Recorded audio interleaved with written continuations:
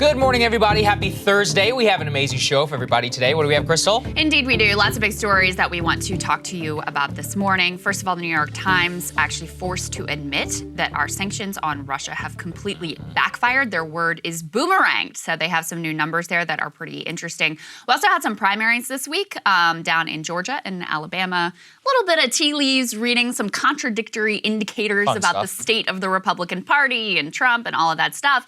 And also, this was pretty stunning. Ron DeSantis actually ahead of Trump in a new New Hampshire theoretical primary poll. So we will break that down for you. Also some other interesting moves on DeSantis's part. I can't believe we continue to learn more and more horrifying details about just what occurred in the Uvalde massacre. The very latest news is that that chief of the school police unit has actually been asked to step aside for now. Finally, I don't know what took so long. So we've got the details there. Also an interesting moment from Elizabeth Warren, of all people, kind of calling out the Fed and really in a very succinct way demonstrating how limited what the Fed is going to be able to do in order to get inflation under control and get our economy back to where we would all ultimately like it to be. And then we've got some interesting thoughts from MSNBC on gas prices. Yes. But we wanted to start, Saagar, drum roll. We finally have the date. It's finally happening. The date, the announcement, the link. It's all over, people. After I've gone to war for all of you. We're coming to Atlanta, Center Stage Theater, Atlanta, September 16th, 7:30 p.m.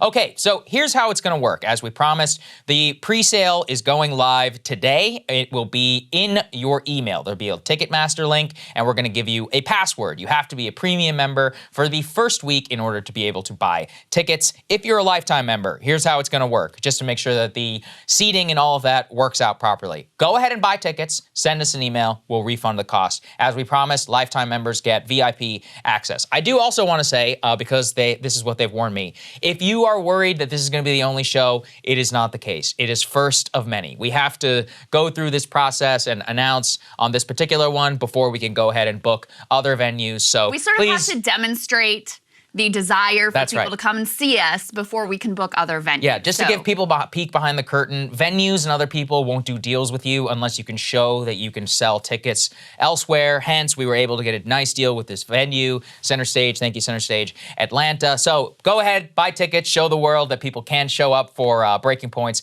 Live. It's going to be fun. We're going to have Krystal, me. We're obviously going to have friends, special guest appearances at various different locations. And for those of you who are in other parts of the country, don't worry, we are coming. We have the map, all of that and stuff laid out. So don't worry as if this is the only one. And this is not your only chance. I am excited about going to Georgia, though. Because, yes, that's part of the reason why it's fun. Right.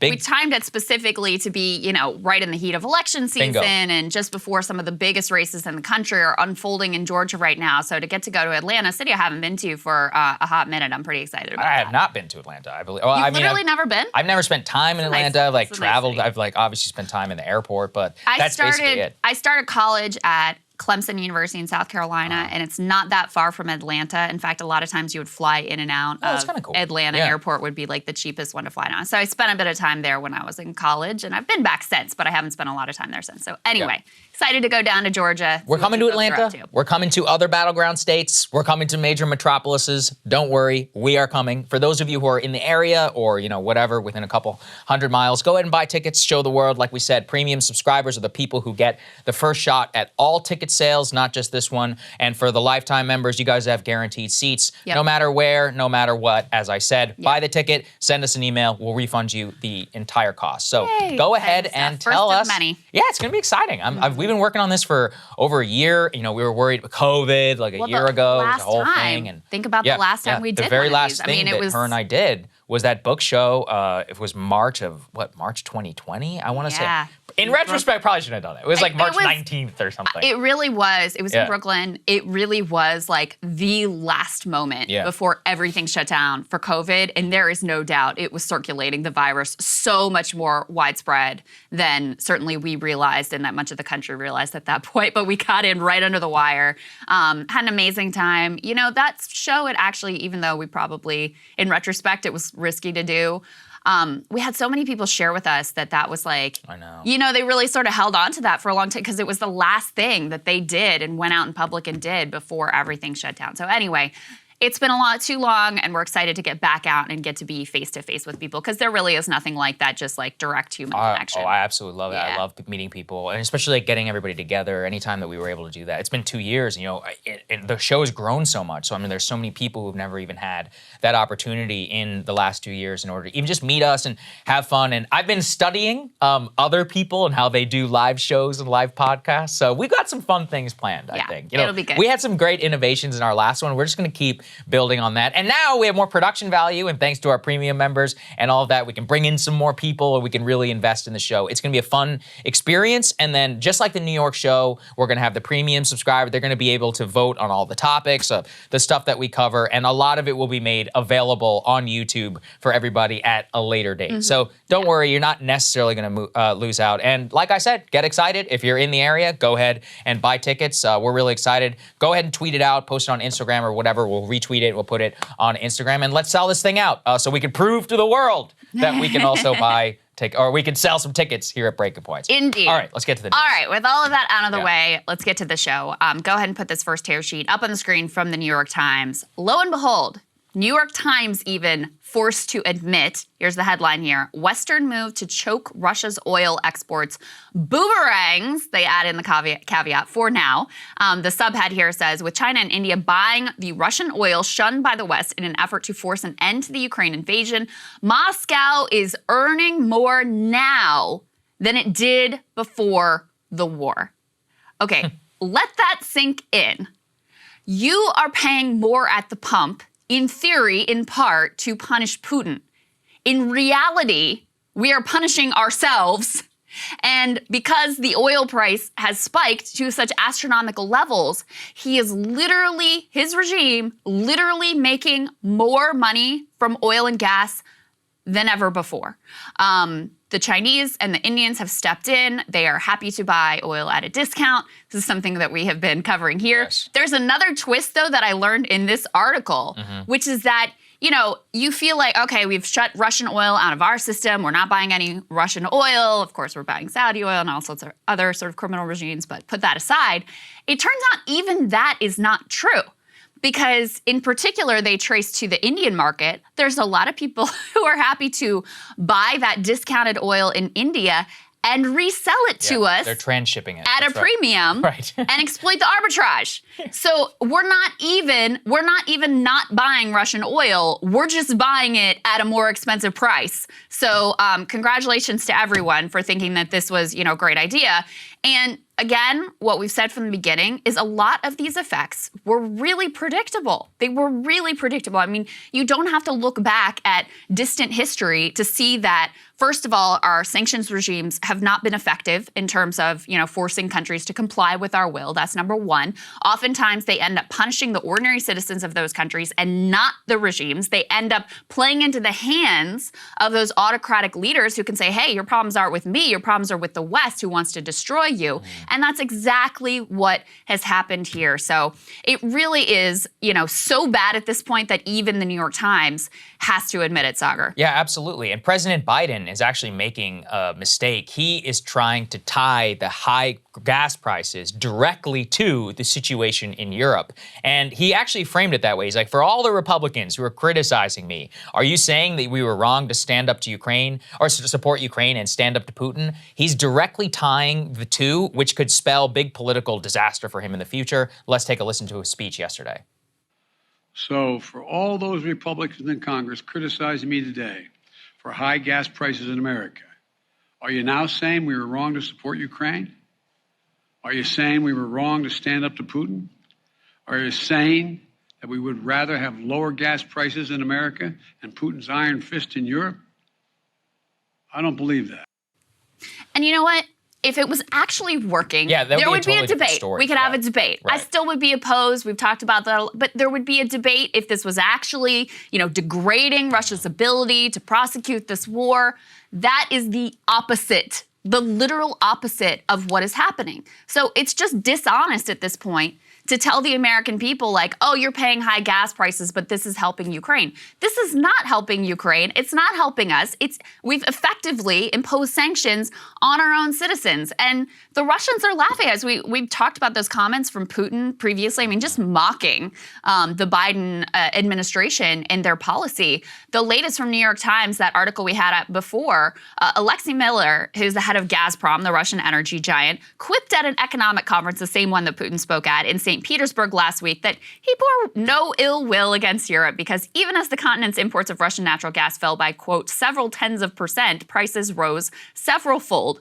Here's the money quote. Quote, I won't bend the truth if I tell you that we bear no grudge. It's like, we're good. And here's you the did thing. Nothing. Putin actually spoke last night at the BRICS conference. So for people who don't remember, the BRICS was like a concept made up in 2008. It's like Brazil and Russia, India, and China, as well as some developing countries. And at that, he actually vowed, number one, in order to reroute all Russian exports to BRICS countries, including China and India, the two largest markets, not only oil, but everything else. But number two, and this is even more important, is they are working on a unified currency or type of system in order to be able to trade oil off of the US dollar. So either price it in yen to ruble, in rupee to ruble, and find some medium exchange. So they're moving themselves off of that. They're working to try and create an alternative oil market, which they will unambiguously pay much less in China, India, and as you said, probably just rip us off in the interim. I guess I can't blame them. I'd probably do the same thing. Oh, I don't blame China and India at all. Not at all. So you put that together, it's not working. As we said, on the battlefield, Ukraine is continuing to suffer. I mean, they are urging people in the east in order to leave. There has been a tremendous amount of civilian and military casualties. We don't know what the Russian casualties are. We do know that many of these cities remain besieged and that overall the military picture for Ukraine is not good. So on the battlefield, things are not working out. I do again want to present the counter argument, and this is what everybody says. Yeah, but in 2 or 3 years, the Russian oil business is going to really suffer because they won't be able to get the parts that they need. And my response to that would be, okay, so number one, are we supposed to pay $5 a gallon for 2 to 3 years in order to secure the integrity of eastern Ukraine? Because that seems kind of crazy.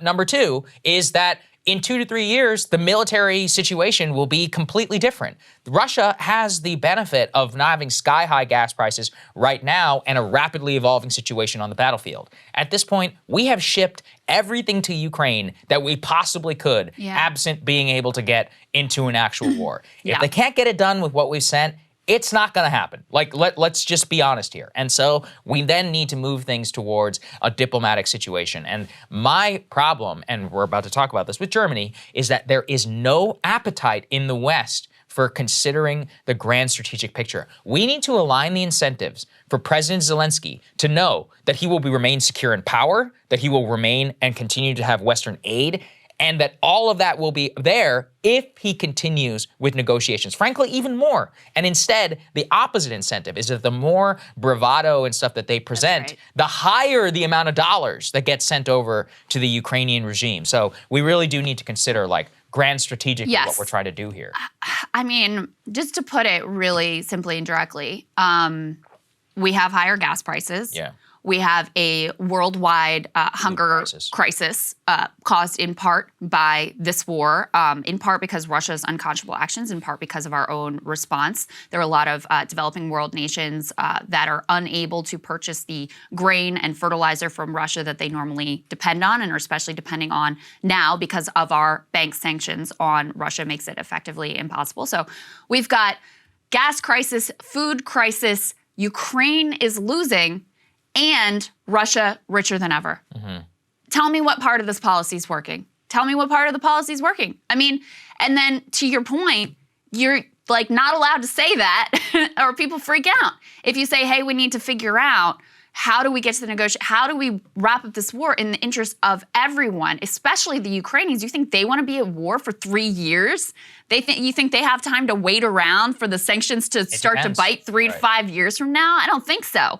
So when you say anything that contradicts the mainstream bipartisan consensus of we just need to keep sending in the military and we need to keep trying this economic warfare, which is completely boomeranged. Even the New York Times is admitting it. You get massive backlash, and that just happened in Germany in pretty interesting instance. Let's go ahead and put this tear sheet up on the screen. So this says Scholz advisor turns heads with appeal to consider the future Russian relationship. That's really all that he said is, hey, maybe we should think about whether we want to make Russia a pariah state. This is my interpretation of his words. I'll tell you his exact words in a minute. And massive backlash. So here's this article. They say German Chancellor Olaf Scholz's top foreign policy aide raised eyebrows Monday night when he suggested Europe should focus more on preserving long-term relations with Russia and less on the specifics of German tank shipments to Ukraine. In a rare public appearance, Jens Plotner, do you think that's how you say it? I think it's, probably Jens. Jens, I don't know. A long-standing architect of Berlin's Russia policy argued that the debates over Germany's military support for Ukraine, which is frequently criticized for being too hesitant and slow, were, quote, driven by a feverishness that misses the bigger questions in many cases, no lies detected. Specifically, he pointed to a long-running saga over whether Germany should supply the Ukrainian military with so-called martyr infantry fighting vehicles, which Scholz has so far refused to do. Here's the quote. You can fill a lot of newspaper pages with 20 martyrs, but larger articles about what will actually be our relationship with Russia in the future are somehow less frequent.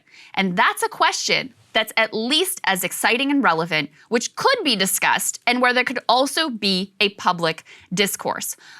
He also called for a softer approach toward China and argued Ukraine should not be granted any rebates on its bid to become an EU member just because it was under Russian attack. He said, just because you are under attack, you don't automatically improve on the rule of law. Okay. So he didn't even say, don't send, these martyrs, whatever these things are. He didn't even say, hey, we need to focus on, we need to have détente with Russia, we need to have a warm relationship. He just said, hey, maybe we should be discussing this. Maybe we should be exploring this in some newspaper articles. Massive backlash, had to walk back the comments. There was a whole freak out over it. West was very upset with him, and Washington was very upset with him. Here is the basic truth. They have a lot more to lose than us, so maybe we should follow their lead. No? Yeah. They have, they're like a couple hundred, I think like 1,000 miles, whatever, away from Russia. They fought several wars with Russia. I'm going to presume that they know what's better for their security than we do. Maybe that's a crazy thing.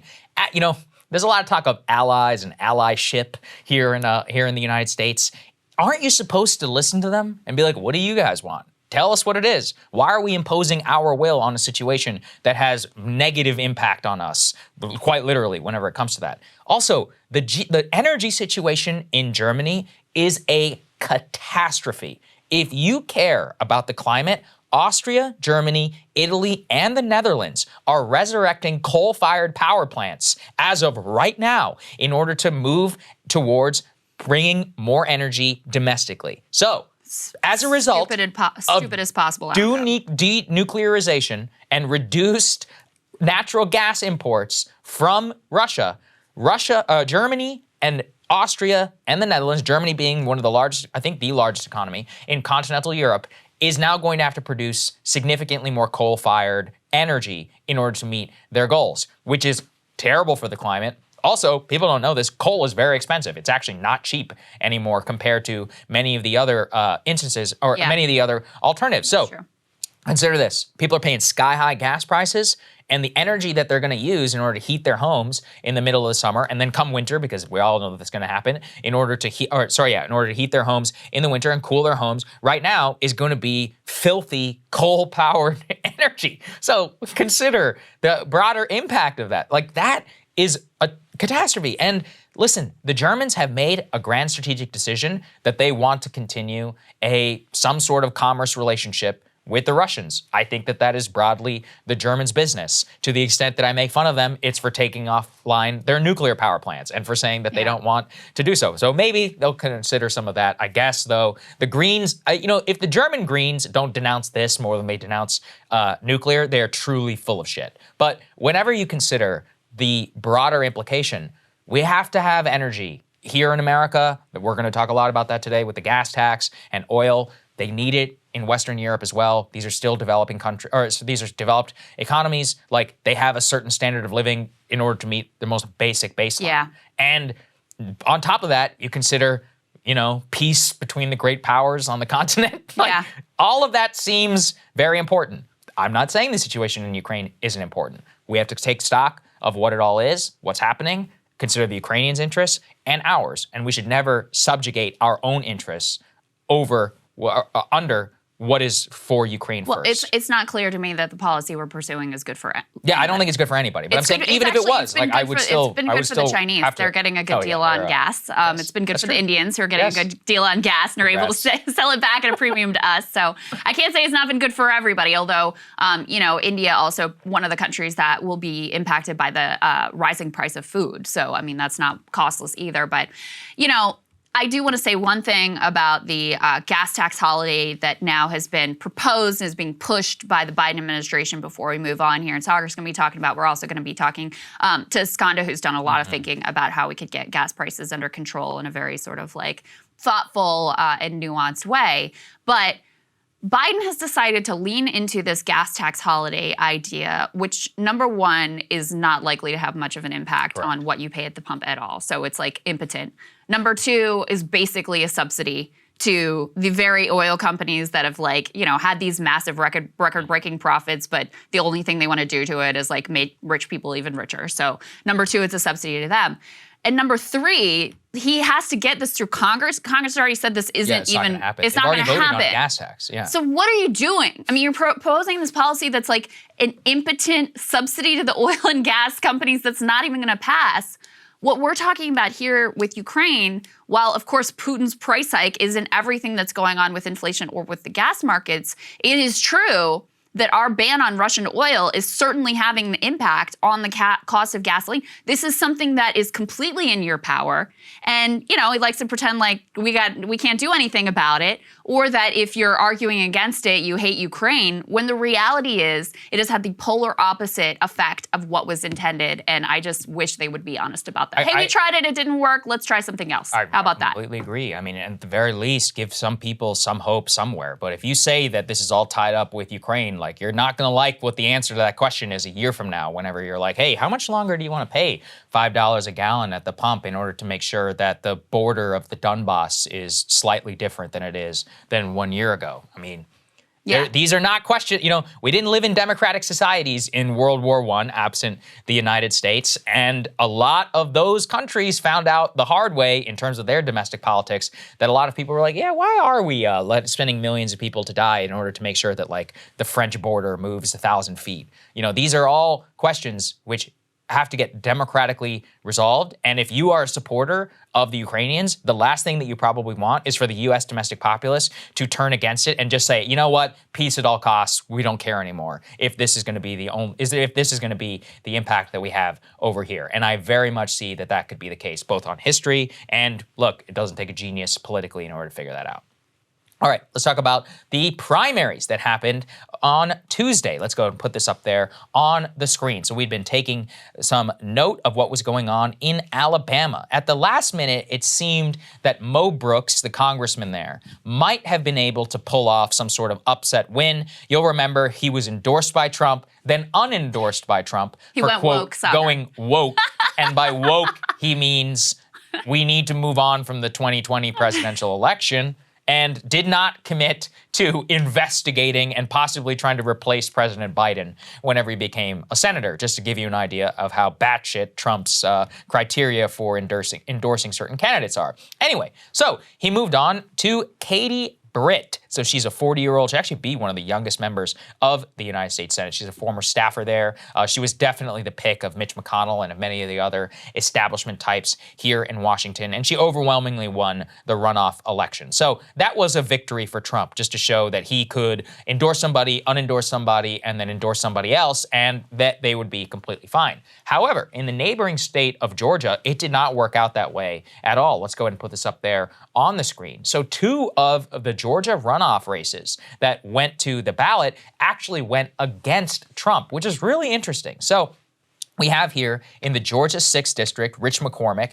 and in the Georgia 10th, Mike Collins. Now, they were not endorsed by Trump, but I think that the reason that we put this tweet on there that people need to understand is that, yeah, maybe Trump's endorsed candidates in the Georgia GOP didn't win. However, the two guys who did win, Rich McCormick and Mike Collins, are still pretty hardcore MAGA. So it's not like they're electing liberals in the state of Georgia, but they are not taking their marching orders from Trump in the same way. And I think that there, again, has to be a lot of analysis as to why this is occurring in different states. It's not like the Georgia Republicans are all that more MAGA than the Alabama Republicans, right. Or maybe they are. In Alabama, I think, again, that it comes down to the idea of being hostile to Trump. If you appear hostile towards Trump, then that's something that you're going to get punished for.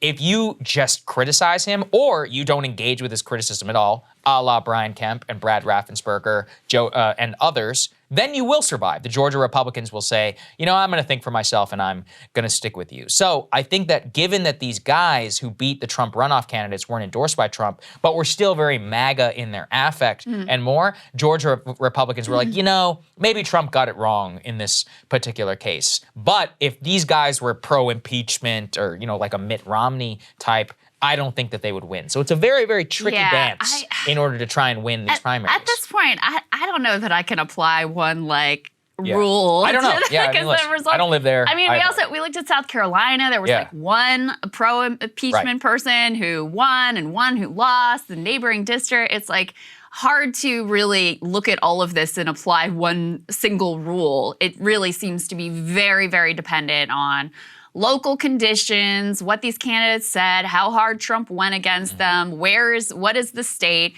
Georgia seems to be particularly independent-minded about who they decide to support. Could be, this is total speculation, could just be because they were at the center of so much of the Stop the Steal stuff and people had to make up their minds for themselves how they felt about this and how they felt about these candidates. They knew the governor was, very, very conservative in terms of what he had actually done in the state, so that gave them kind of an ability to separate out who the candidates are from whatever Trump is saying. Alabama, the other thing to remember about the Alabama race and Mo Brooks is, even though Trump put out the statement saying, we went woke and here's why I unendorsed, the truth of why he unendorsed him is because it looked like he was losing. Yes, that's right. So, and the reason why he endorsed Katie Britt is because it looked like she was winning. So then you can't really read that much into it when he's just jumping on the train that already is, I don't know what a train's coming into the station first. We'll go with that. Anyway. I don't know about trains. So I just look at all of these and it's hard to suss out. Certainly one thing you can say is that Trump's endorsements do not reflect any sort of consistent ideological agenda. There's no doubt about that. It's a weird combination of, who said nice things about him, who's on board with Stop the Steal, who does he just think is going to be a winner so that he can, so he can jump on board. The Oz one is also turning out to be strange in Pennsylvania. Yes. Obviously, Trump very instrumental in securing the Republican nomination for Oz. I think at this point it's quite clear he would not have won that Republican primary no chance he would without Trump's support, because there's even more polling coming out of Pennsylvania that continues to have Fetterman with a lead outside of the margin of error. And even worse, Oz's approval rating way upside down. It's a disaster. Because he just hasn't, he obviously is extremely unpopular with Democrats, unpopular with independents, but also hasn't locked in the Republican base. So you can see in that one, Trump really, his force being the thing that pulls this nominee over the finish line, but ultimately may not work out for them in the general election. Yeah, let's move on to that, actually, because I think there's a lot to say here in the context of Ron DeSantis. Let's go ahead and put this poll up there on the screen. Shock poll, absolutely, out of the University of New Hampshire. And this is actually a very good poll, even though it does have a relatively small pool of the people that it is asking from the sample size. Now, here's what they say. Likely New Hampshire GOP primary voters. Ron DeSantis, 39%. Trump, 37%. Pence, 9%. Haley, 6%. Pompeo, Noem, Cruz, all at 1%. But consider it in terms of last October. Trump, 43%, DeSantis, 18%, Haley, 6%, Pence, 4%, Cruz, 2%, Noem, 1%. And I think what's even more fascinating is the matchups show that in that same poll, Trump versus Biden is Biden 50, Trump 43. DeSantis is 47, Biden 46. DeSantis a far more formidable candidate there, which, I mean, I personally do think DeSantis would easily beat Biden in a general election matchup. But what's even more fascinating to me is about the GOP media assessment and how people are looking at candidates. So, Fox News viewers, DeSantis, 46. Trump, 32. Conservative radio, DeSantis, 50. Trump, 34. Okay, so there is a lot, I think, to say about this. Yeah, Number one, maybe we're completely wrong. I don't know. I personally thought anybody who runs against Trump is nuked, and that people, even as everybody says, oh, I want to move on, I just thought, look, a lot of these GOP people, they love Trump. You know, they'll basically follow the man till the ends of the earth. However, I think that there is something to be said here for a lot of people who love Trump, but understand that they themselves and the country were exhausted of him and think, hey, you know, this DeSantis guy, he might be able to win. So if the narrative, and I think this is all narrative dependent, becomes, Krystal, just like with Biden, where the media framed Biden as the only guy who could beat Trump. Yeah. If DeSantis gets that imprimatur by the media and by others, GOP voters might say, okay, I'll back Ron DeSantis because I think that he will be able to beat Biden in a general election. So you think the matchup. electability argument Yes, I think may the elected win. Maybe. And I think that the other part of it is that it all comes down to Trump and his performance. So if he's going to be obsessed with Stop the Steal, which we know that he is, if he is going to be centering his central case to the American people on his own personal grievances versus the grievances that they have at home, then I think that is a realm where Ron DeSantis could beat him. And the only way here's the only way I think it would work, I still think it's unlikely, is that Ron DeSantis would say, Donald, you did a great job. Now I'm trying to take the mantle and we need to beat President Biden and end this disaster for the country.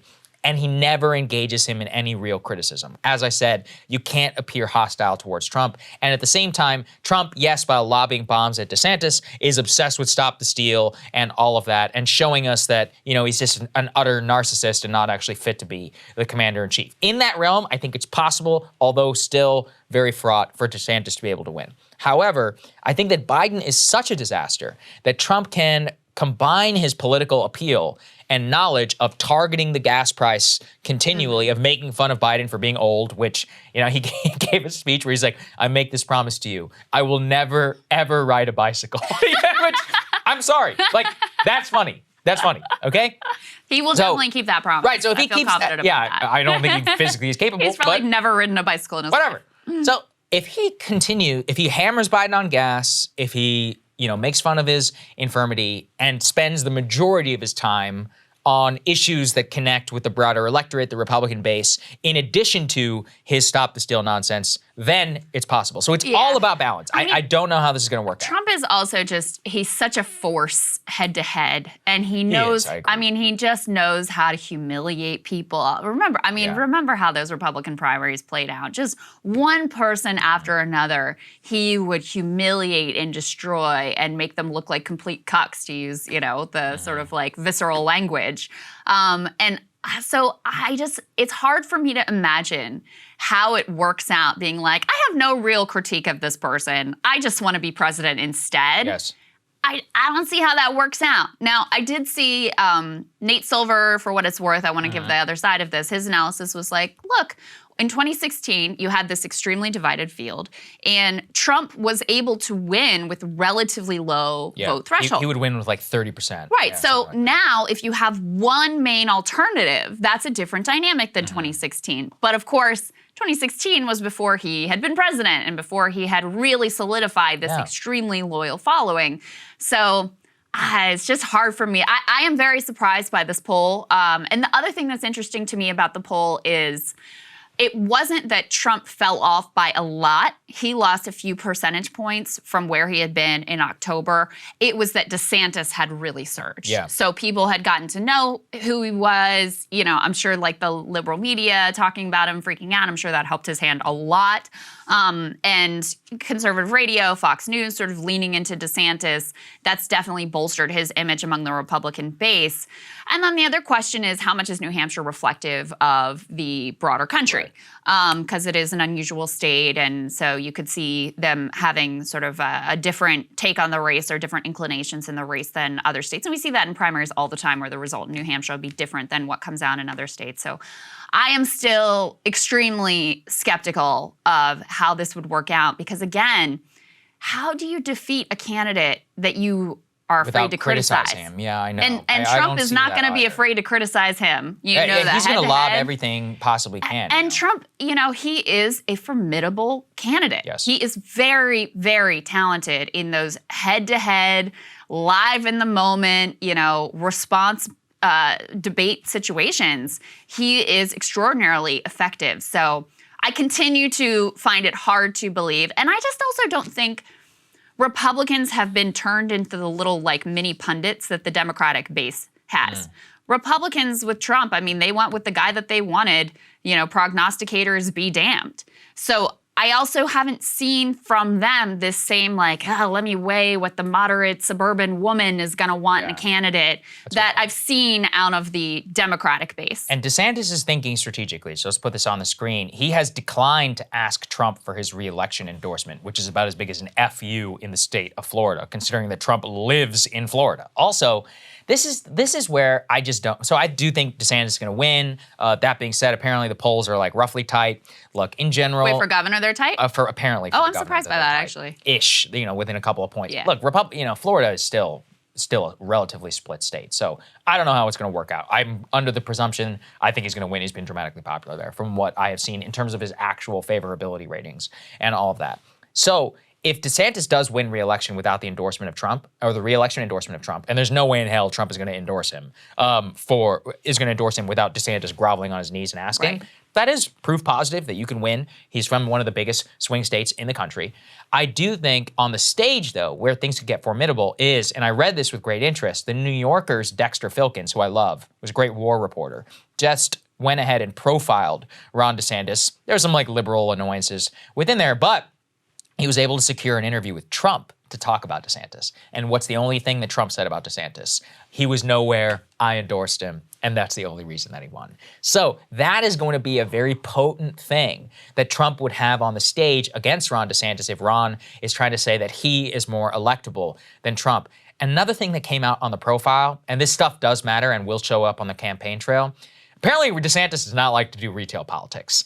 He really doesn't love to get into a room in a diner and suffer through, shaking. And listen, I could probably, I get why somebody wouldn't want to do that, but then you probably can't be president, because being president means being able to suffer through a lot of, events and things like that. Even Trump in the Iowa and the New Hampshire days, he was in those diners, doing the photo ops and more. And DeSantis is not as magnetic of a media figure as Trump is. So he would actually, look, for DeSantis to win, he would need to win Iowa or New Hampshire. Both of those require a tremendous amount of bullshit, egg rolls, caucus, fair, butter cows. Chicken dinners. Yeah, chicken dinner, all this nonsense that we have baked in to our political system. That's the only shot he has in order to win those, in order to then have the momentum coming in to Super Tuesday. So if you consider that, and that's not his forte, that's another knock against him, I think, too. Yeah, so, anyway, I think that's right. I don't know what's going on. We haven't seen him. There's been a lot of national media interest in him, but there hasn't been a lot of national media display of his sort of political capabilities in that way. He's good with the press in Florida, but look, the people here, they're vultures. No offense to the Florida press, but, the Washington press are vicious. They are much better at getting them to slip up. We've never seen really DeSantis in that light. I do want to say I think it is smart of him to not ask Trump for the endorsement. I agree. And they quoted someone in the stories familiar with Trump's endorsement process that was Trump would endorse him if he asked, but that endorsement would come with some sort of ritual humiliation to take DeSantis. He might endorse him, listen, if he but can win only without after him, he forces him to publicly grovel or takes him down a peg in some sort of way. So DeSantis not opening himself up to that possibility. I would love a world where GOP voters would choose Ron DeSantis over Donald Trump.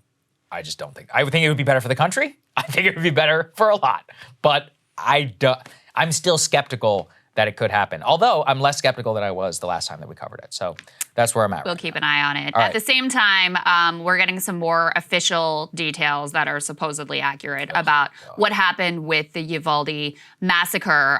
In particular, a Texas police commander says that after analyzing the response, analyzing body camera footage, which, by the way, they are blocking the public from getting access to any of these details. So we're just having to take these people's word for it. So grains of salt on all of this. But according to their timeline, they are saying that these officers could have neutralized and taken out this mass murderer in 3 minutes.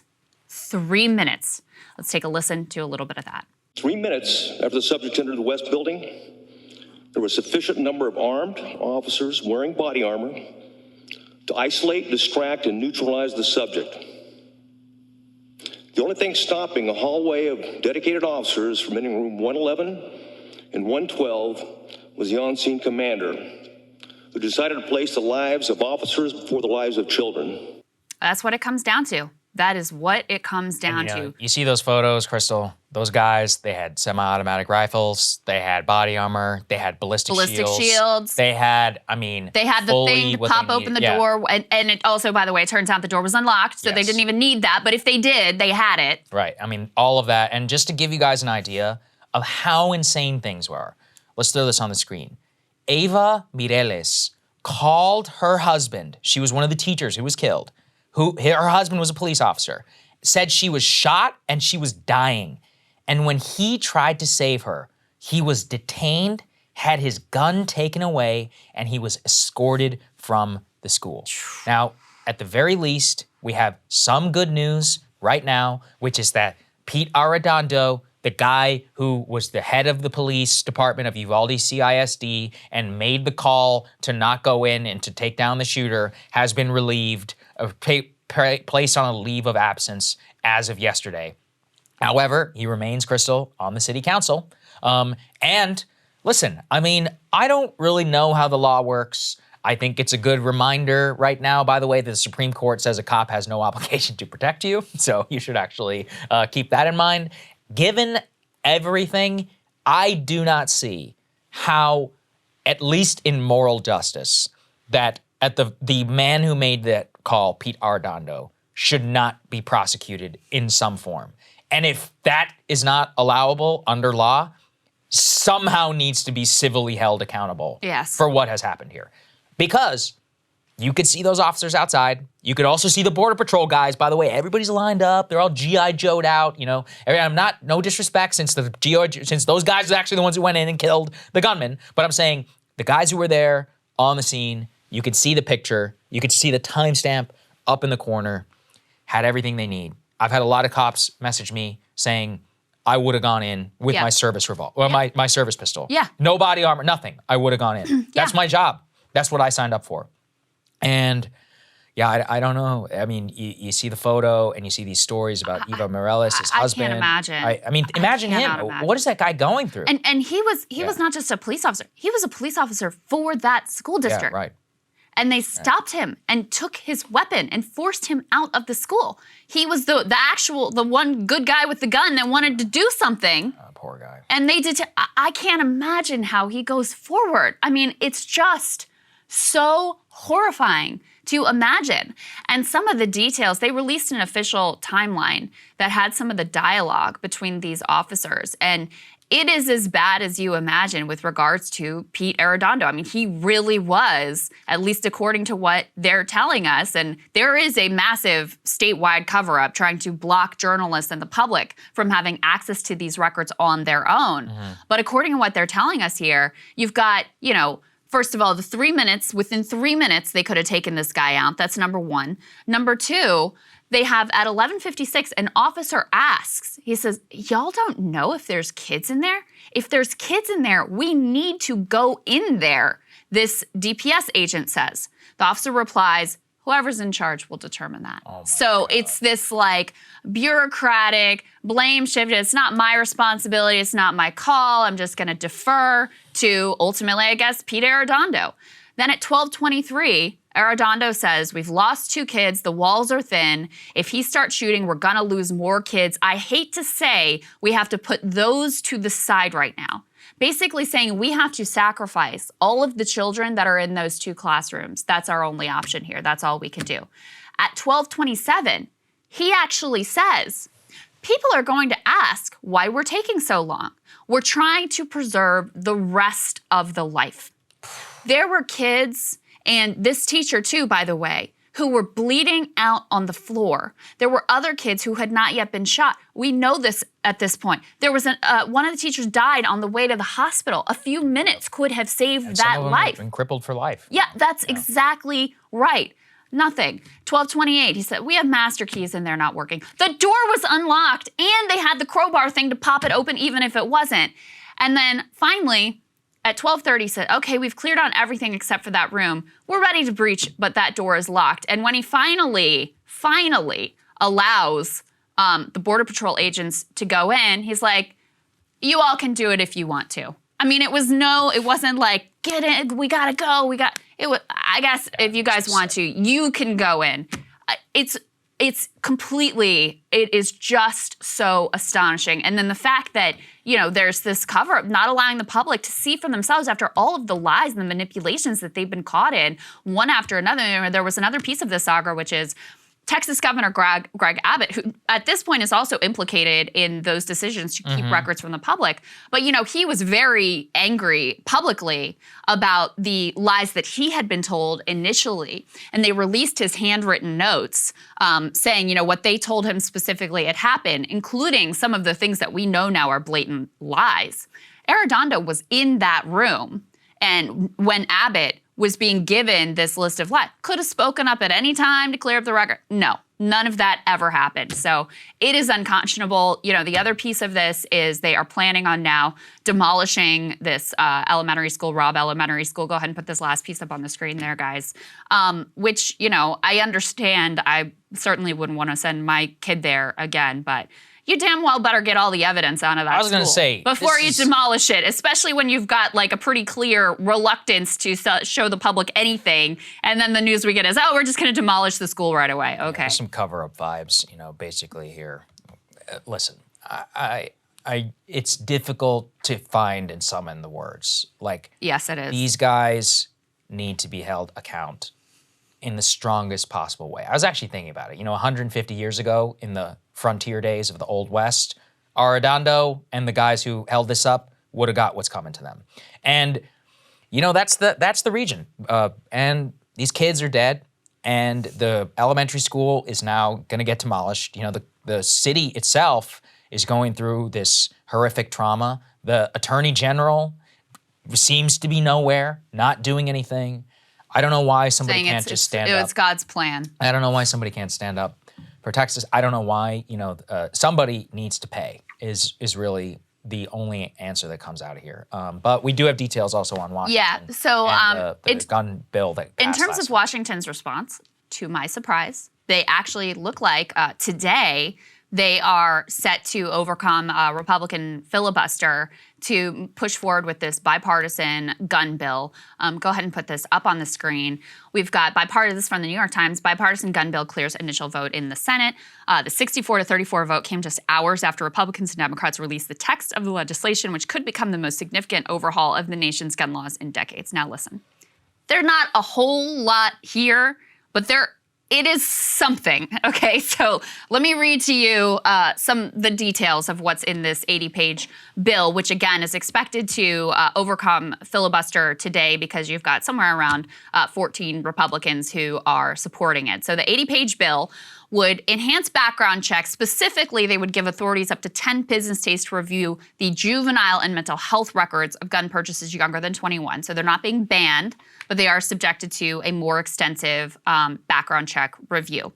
It would direct millions toward helping states implement so-called red flag laws. So not a national red flag law, but if your state wants to implement a red flag law, the government will give you some money to help you with that. And just as a reminder, the way they describe that here is it allows, red flag laws allow authorities to temporarily confiscate guns from people deemed dangerous as well as other intervention programs. Okay. Would also, for the first time, make sure that serious dating partners are included in a federal law that bars domestic abusers from purchasing firearms, a longtime priority that has eluded gun safety advocates for years. I actually think that in the juvenile background check piece, probably the most significant changes here in terms of reducing the number of deaths by guns in this country. You also have millions of dollars for expanding mental health resources. I read through the specifics. It's not that much money. It's not a game-changing amount whatsoever for the mental health piece. It looks like a bit of a, kind of a throwaway sort of a situation. And the legislation would also toughen penalties for those evading licensing requirements or making illegal straw purchases, buying and then selling weapons to people barred from purchasing handguns. Depends on how that's implemented. That could make a difference because we do know that an overwhelming number of guns that are used in violent crime come from a relatively small number of gun dealers. So that's basically it. Again, to the point of the mental health piece, just to give you the specifics so you can judge for yourself whether this is significant or not. They're going to provide $60 million over 5 years to provide mental health and behavioral training for primary care clinicians, $150 million to support the National Suicide Prevention Hotline, $240 million over 4 years for Project Aware, program that focuses on mental health support for school children, and $28 million set aside for trauma care in schools. So that's what we're looking at. Yeah, we got billions for Ukraine, though, apparently. Yeah, right. And what, $60 million over 5 years for mental health and behavioral training. Okay. Yeah. So there, as I said, were, I think, 14 Republicans, 14 or 15, that support this bill. Well, they supported cloture. I don't know if they're on record saying that they're willing to vote for the bill yet. Okay. Yeah. Mitch McConnell is supporting it, and notably, John Cornyn from the state of Texas has also not only supported but was involved in the negotiations. He is getting hit by Trump for that. Let's go ahead and put this up on the screen. Trump blasts Rhino John Cornyn for new gun bill with all caps alarm. Take your guns away. So here's Trump's take, his truth on Truth Social. Quote, the deal on gun control, which he puts in quotes for some reason, currently being structured and pushed in the Senate by the radical left Democrats with the help of Mitch McConnell, Rhino Senator John Cornyn of Texas, and others, will go down in history as the first step in the movement to take your guns away, in all caps. Republicans, be careful what you wish for. So he's trying to make Cornyn pay over this. I mean, ultimately, it's very limited what this bill actually does. But, I've said from the beginning, I think it's important that they at least do something to show that our nation is capable of responding to a mass tragedy. Every single one of these provisions in this bill, I mean, you're talking about things that are overwhelmingly popular. I can't imagine that there's a single one of these items that polls under 75%. They're probably more in the 80s to 90s zone. So overwhelmingly popular. They actually, looks like, are going to get something passed. There's more Republican opposition in the House, but Democrats have the majority there. So looks like this is going to happen. Yeah, I think the net of the effect, frankly, is not that bad, even though a lot of Republicans are coming out against it. Here's the truth. No red state is going to pass a red flag law, whether they get funding for it or not. So if you live in a red state, you're not going to have a red flag law. If you live in a blue or a purplish state, like I do in Virginia, well, we already have a red flag law. Same in Florida. Florida actually passed one. Well, they passed one in response to Parkland, is what I'm saying. I'm saying under the current system, I don't see any new red flag laws going into place. So I'm like, okay, whatever. At the end of the day, these are state-by-state decisions. They're up to the state legislatures and to the governors. This is just providing federal funding. I frankly would have loved to have seen a lot more funding towards the mental health aspect. I think that would have been the single most and possibly unifying aspect of the bill. I think it's kind of pathetic that we could only get $750 million for it. We sent $44 billion over to Ukraine. This just shows you where Congress. Also, everybody's a deficit hawk whenever it comes to mental health spending. Right, apparently. Ukraine that didn't need to be offset. That was fine. Yeah. So. Look, I wish there had been more there. I think the Republican base will revolt no matter what because of the red flag. I think John Cornyn's going to have some serious trouble, and that people are not going to forget because he wants to replace Mitch McConnell. When is he up for re-election? I think he's up sometime in the next 2 years. He just won re-election. But The thing is about Cornyn is it's not that he's afraid of losing his seat. He wants to replace McConnell. He's been in Senate leadership for almost a decade now and is basically mounting the bid. It's like him and John Thune who are kind of dueling for who will be McConnell's successor. McConnell's like 80 years old. And so whenever he's out, they think that Cornyn wants to take his position. I do think that his position here on the gun bill will give him some trouble with the base. That being said, the base hated McConnell for years, and he's also still remained the leader. So I don't know how it's going to work out. Do you know what Thune is doing on this? John Thune voted against it. Actually. He voted against it. He came out very strongly against it. So there is a divide in the Senate leadership. There McConnell and Cornyn supporting cloture for the bill, and then Thune kind of staking his position out. Frankly, with the majority of the GOP caucus, I think 37 of the Republican senators did vote against it. So there is a split, obviously. Yeah, I mean, I'm a little skeptical that this is gonna really hamstring the Republicans that vote for it, just because the provisions are so moderate and mild and relatively weak. On the other hand, I mean, the way that Trump framed it is if you were gonna make a big thing out of this, and this is what the NRA is very good at doing also, is saying like, even these things that if you pull them individually, the Republican base will overwhelmingly be like, yeah, I'm good with that. When you turn it into like, this is an attack on your Second Amendment rights without the specifics, then it makes it a much more potent issue. So we'll see how much they lean into this. I'm a little bit skeptical that this will ultimately, really be sort of devastating for Cornyn or any of the other ones. Yeah, I don't think necessarily. In the interim, to me, it's just an interesting flashpoint. I'm like, I wonder if that's going to affect his leadership chances, like how the caucus and all of them are thinking about it. I don't know if people think of him as a traitor or if they are just like, okay, whatever, this is what John wants to do. Yeah, in order well, to you think, solidify Manchin running in West Virginia, back the Manchin Toomey, which went further than what this does, and still able to get reelected in West Virginia relatively easily. So I don't know. We'll see how it plays out. I think he will be fine getting elected in Texas. It's his national profile, which I'm fascinated by. Okay, some interesting comments from Elizabeth Warren recently, sort of grilling Federal Reserve Chairman Jerome Powell. And as you guys know, some of the backdrop here is, of course, that because Washington is unwilling to act with regard to inflation, food prices, gas prices in particular, they've punted this thing to the Fed. As we've gone over a lot, the Fed is very limited in what they can do. Basically, what they can do is trigger a recession. I mean, that's effectively, they're openly admitting we got to get unemployment up, we got to get wages down. So the one thing that Washington has landed on to do to deal with what is, mostly a supply chain driven inflation crisis is to hurt you and your pocketbook. So Elizabeth Warren, I think, here does a very effective job of drawing out that reality and what the Fed actions can do and what they cannot do. Let's take a listen to that. Chair Powell, will gas prices go down as a result of your interest rate increase? I would not think so, no. Okay. That matters because gas prices are one of the single biggest drivers of inflation. Energy prices overall drove a third of the inflation last month, but the Fed's tools, as you say, have no impact here. So let's look at another necessity, food. Price of groceries is up nearly 12% this year. Americans feel the pinch. No matter how much groceries cost, people still got to eat. Chair Powell, will the Fed's interest rate increases bring food prices down for families? I wouldn't say so, no. Okay. So a Fed increase won't bring down these prices. So she goes on to press him on, what will it do? And of course, the answer is spike unemployment, so cause you to lose your job, cause your wages to go down, and potentially trigger a recession. So you can't get gas prices under control. You can't get food prices under control. This is what you can do. And so, Saagar, I was looking at some polling that was being passed around about how Biden's approval rating with young people is now at 25%.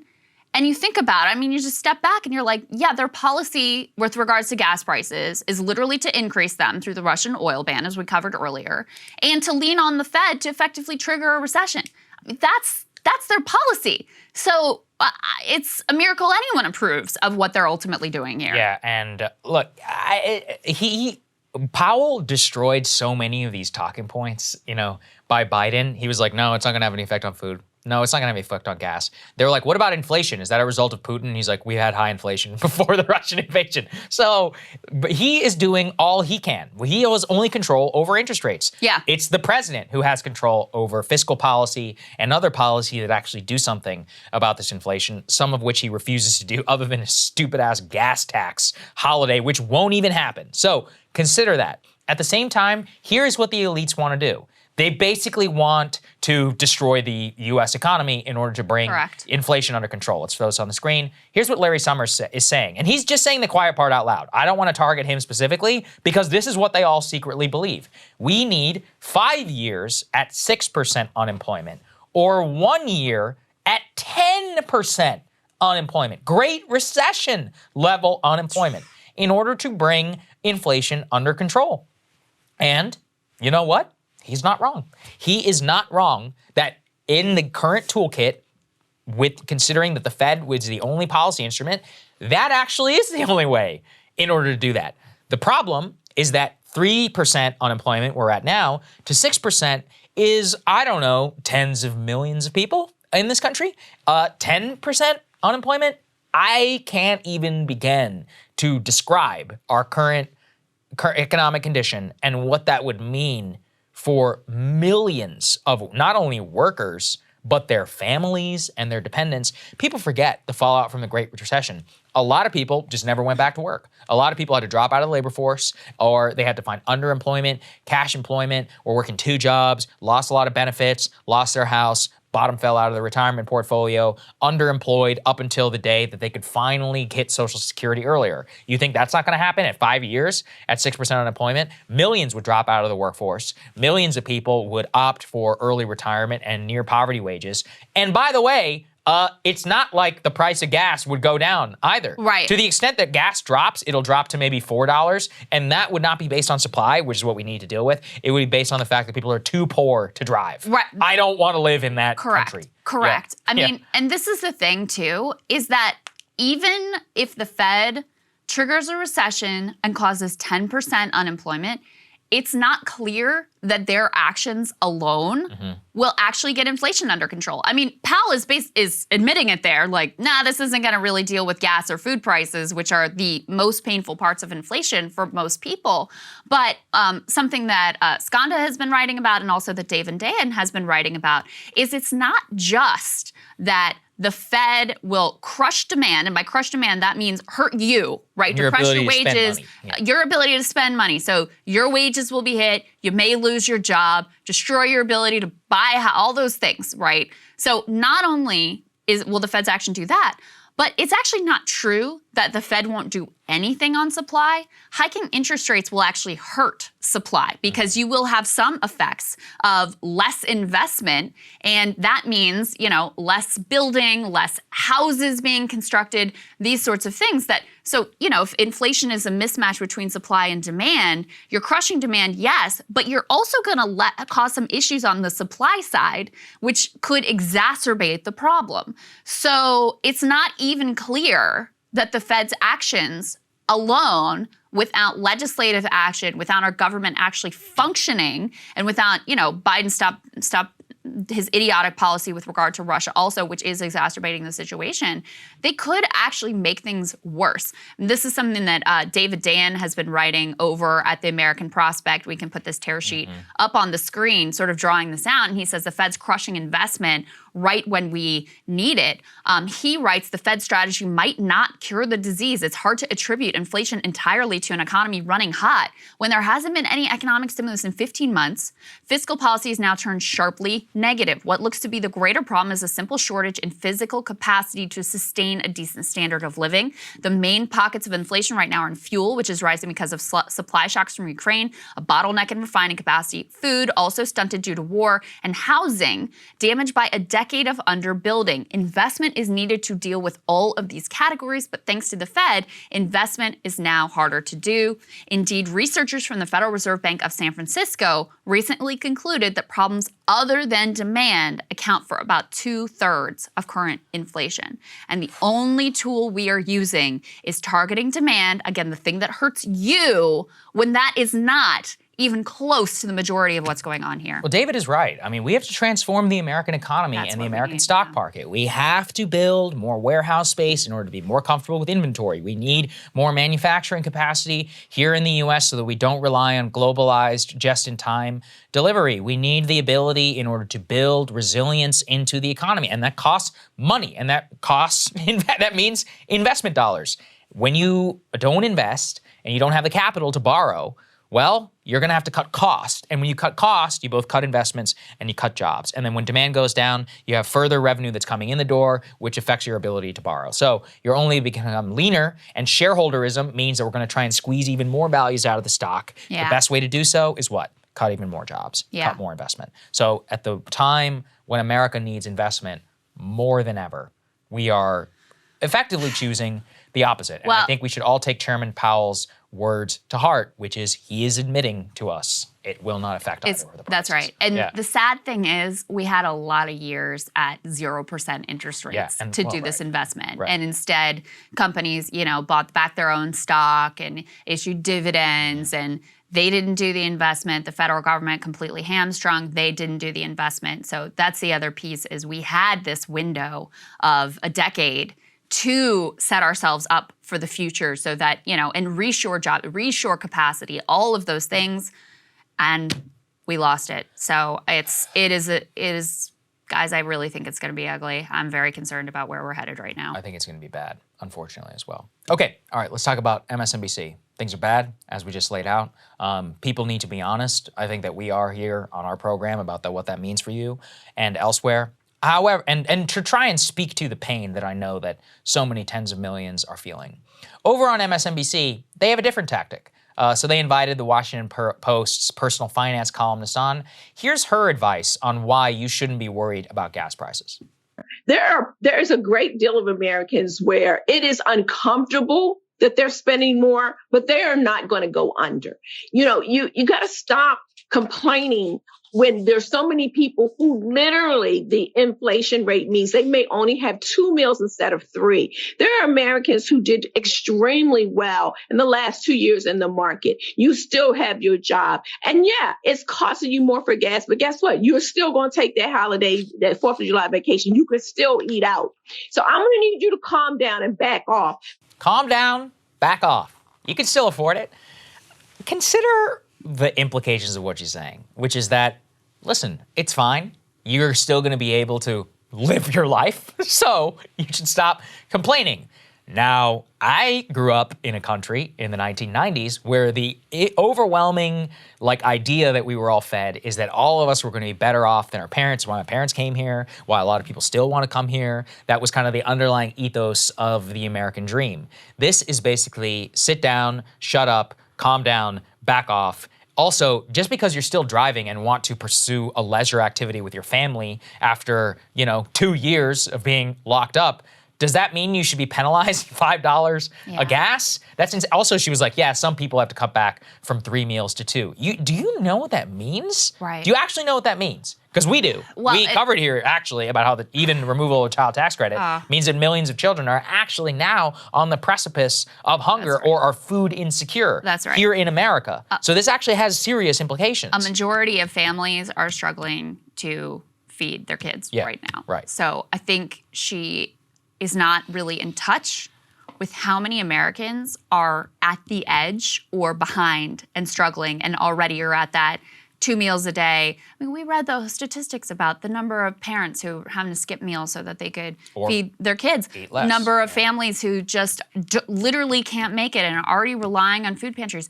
I mean, how can you be so out of touch with how much pain and struggle there already is and just sort of casually wave it away? I will never understand. And this goes back to the Biden comments about we've paraphrasing, but basically we got to accept the higher gas prices because we're going to stick it to Putin, which isn't even working. It's all for nothing. You're enriching Putin. You're making his regime wealthier than ever. The ruble's had its best year, in a long time. It's the best performing currency in the world this year. So I don't know what to say. But this also goes back to the problem of how our journalists are. I don't know. I don't actually know this individual. I don't know what the rest of her commentary is. I don't want to fully judge her based on this or what her bias. So this isn't specifically about her, but this also is part of a culture of elite journalism that only recruits from one class of society, and so you're in a complete class bubble and utterly disconnected from what it is like for people on a day-to-day basis. Your personal finance columnist is zooming into national television. Like, do you not at least think about the conditions on which you're speaking and what that means to so many people? Yeah, I mean, I get messages all the time. There's some people who send me the daily price of gas in their area. I'm like, I know it's high. I get it, but I think the reason they're doing so is because we're one of the only people who are just going to talk about it. Who are like, yeah, I mean, I can't imagine. People are posting like half-hour, 45 to a minute, hour-long lines in Costco and still filling up their Toyota Camry for like $70. Like spending valuable time, then having to spend crazy sums of money in order to fill up their car and be able to go to work. And the poorer you are, the harder this is that's going to hit you. And let's say you're even middle class. Why do you deserve to pay $5? You don't. We live in a country with the promise of prosperity. It's been the promise of America since our founding, and the expansion west and the great resources that have been bestowed in land and more. Like, that was the idea of what we are. So I just think it's antithetical to all of that. It's a cruel message, unfortunately, and I think it does belie how a lot of people in this town think about normal people. Yes, and it's often nothing is the fault of elites who, we can't do anything about it, when of course we've talked repeatedly about some of the things that could be done. Right. And it's all, it's all the fault of the common person. It's all the fault of the voter. They need to get their heads straight. That's all, Saagar. Okay. Krystal, what are you taking a look at? Another week, another sign that the dominant political and economic order of the last 40-plus years is cracking up completely. So in France, Le Pen's right and Mélenchon's left both surged, delivering a stunning rebuke to Macron's center-right party. The horseshoe surge denied the French president an outright majority for the first time in 20 years. In Colombia, a leftist has been elected president for the first time ever in that nation's history in a runoff that featured a choice between a right-wing populist and a left-wing populist. The establishment figure had already been knocked down in shocking fashion in the first round of voting. Now, Latin America seems to be in the midst of a massive left shift with wins in Chile, Bolivia, Argentina, Honduras, and Lula looking pretty dominant right now in Brazil. All of this seems to point to the decline of the economic model that has been foisted on our own nation and on the world, the model that puts capital over everything, which lionizes global trade that benefits corporations and disregards the impacts on human beings, that substitutes the workings of markets for, actual values, the model that we all call neoliberalism. Now, honestly, I kind of try to limit my use of that word because I understand it can be an eye glazer, but it is the best shorthand we have to describe the era of deregulation, low taxes, small safety net, and blind faith in the markets that has been the only real economic model on offer since the collapse of the Soviet Union. Of course, the crack-up of neoliberalism has looked kind of imminent for a while now. Its seemingly inevitable destruction smacked us all right in the face with the rise of Bernie and Trump in 2016, which paired along with the rebuke of Hillary Clinton. You'd be hard-pressed to find a more perfect emblem of the bipartisan neoliberal commitment than the former First Lady, whose husband ushered through NAFTA, China's ascension to the WTO, deregulation, tax cuts for the rich, and ended welfare as we know it. And there are actually signs that the religion of globalization had been on the wane before Trump even came along. In Gary Gerstl's book, The Rise and Fall of the Neoliberal Order, he points out that total international trade actually peaked back in 2008. It predictably collapsed during the Great Recession, but it's never recovered again to its pre-crash levels, as he writes, quote, 21st century globalization, in other words, may have crested and begun to recede before Trump took office. His protectionist policies may have been pushing open an open door. Protectionism had been a dirty word of political economy for 30 years. It no longer was, not for Republicans and not for Democrats. And yet, somehow, even as the neoliberal order was left for dead, Joe Biden became president, and after some initial flirtations has fallen straight back into his neoliberal comfort zone. This is evident in floating a gas tax holiday, a corporate-friendly tinker that will do little for consumers and defers to the wisdom of the markets rather than taking any direct government intervention of the sort that leftists have been arguing for. Oh, I forgot. He also sent a strongly worded letter to the oil and gas bosses. I'm sure that's going to do the trick. But there are reasons to believe that the Biden neoliberal moment might be more of a blip than a resurgent force. The current president might be serving in a similar transitional role as to what Jimmy Carter did. Carter was a transitional president between the flagging New Deal era and Reagan's era-defining neoliberalism. Biden might be the transition between neoliberalism and whatever happens next. Because even in Biden's administration, there have actually been some signs of a shift away from that bipartisan consensus of the last 40 years. The repeated use of the Defense Production Act is one example, using that to use government power to compel business to act in the national interest, the continuation of Trump's China tariffs, the push towards an industrial policy that would reshore some jobs here in the U.S. And beyond that, there are massive currents afoot right now that together are pretty likely to crush the neoliberal era, no matter how fast Washington tries to hold to that crumbling order. So first, as I alluded to before, neoliberalism reigned supreme at home and abroad, in part because it was really the only game in town. The New Deal consensus, that was forged out of a need to compete with communism and fascism. After the collapse of the Soviet Union, American-style capitalism was, with a handful of exceptions, the only ongoing economic project. The rise of China's illiberal, state-led capitalism has created an alternative with elements taken up by ethno-nationalists around the world. The Green Party leftism on the rise in Europe and Latin America could provide another alternative. So neoliberalism now has a little bit of competition. And judging by the mass inequality, corruption, and institutional decline, Americans themselves no longer satisfied with that status quo. Second, the pandemic, it really did change and accelerate everything.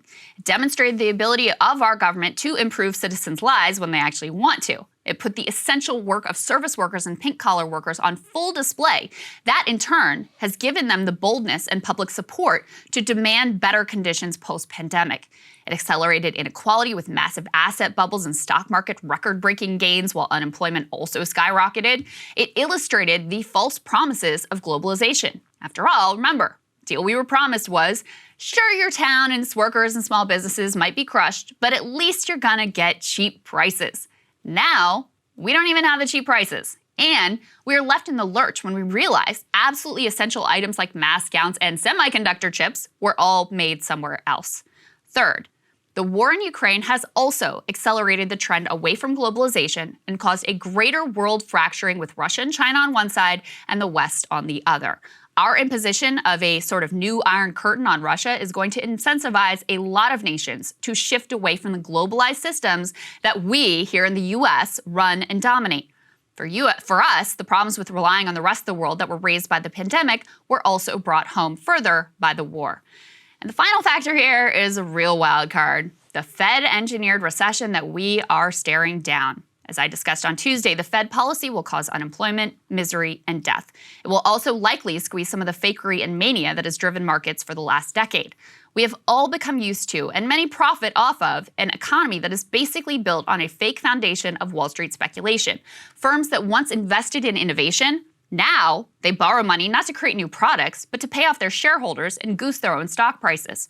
Venture capitalists feed endless cash into Uber and its many copycats, subsidizing unprofitable companies with cheap cash in the expectation that maybe one day they can translate large customer bases into actual profit. Meme stocks and meme coins and NFTs get pushed by promoters who are getting paid in cash to convince the little guy they're hopping on board with the next big thing. When that fake economy crashes, and the hollow, desiccated, vulture-eaten guts of the American economy are revealed for all to see, I truly don't know what will happen next. But I have a feeling it's not going to be a neoliberal renaissance. Now, on the domestic political front, Republicans right now, we talked about this today, they're kind of grappling with how much they want to deviate from the neoliberal consensus. Will they just dress up some of their old policies and class-centric language and hope their stances in reaction to cultural liberalism is going to be enough to satisfy the masses? We already know what the Democrats want to do. They want to bury the Bernie left and its young, enthusiastic adherents, crushing them with admonitions that they must vote blue no matter who. They are betting that the person of Trump will be so odious and the two-party system choice so limiting that voters will have no option but to stick with Biden and his neoliberalism. In making this bet, though, they are betting against history and ultimately sowing the seeds of their own demise. The curtains will close on the neoliberal era, and no younger embodiment of the old order, not Kamala, not Pete, or anyone else, is going to be able to save them. There are so many confluence of factors coming together right now that truly, the world that we grew up in, that's the only thing we know, it really is over. It ended in 2020, which has been sad. I've been thinking about it. I've been like mourning the loss of a world which I knew, and it's gone, for better or for worse. There are a lot of problems with that world, don't get me wrong, and I've always wanted to fix them. But the fact is that we had a massive World War II style crisis, and we still didn't fix it. Like, usually you consider, this is what I've called about historical bias, which is that we remember the times when we rose to the occasion, the Civil War, World War II, but we forget the 1930s, we forget the 1890s, we forget the 1820s, all that lead up to this. There were periods of great stagnation, of leaderless and listlessness throughout the country. I think that's where we're in right now. And honestly, I don't really like where the country's headed because unfortunately, what I think is going to happen is that Biden is so horrific, he will usher in a new era and last try at some sort of like managerial neoliberalism, either under Trump or DeSantis or whatever. And the economy will still have the structural inequities. And then we're going to face another crisis similar to COVID. I don't know what it is. Nobody can ever predict it. And that will really shatter it and will bring in something. But that could take 25 years for that to come. And here's the thing is, I hate neoliberalism. I think it has failed us in terms of, I think it has created this moral decay and rot in the country. I think it's been a moral disaster in terms of distribution of resources. But don't mistake that for me cheering its destruction, because ultimately different does not necessarily mean better. Yeah. It could, right?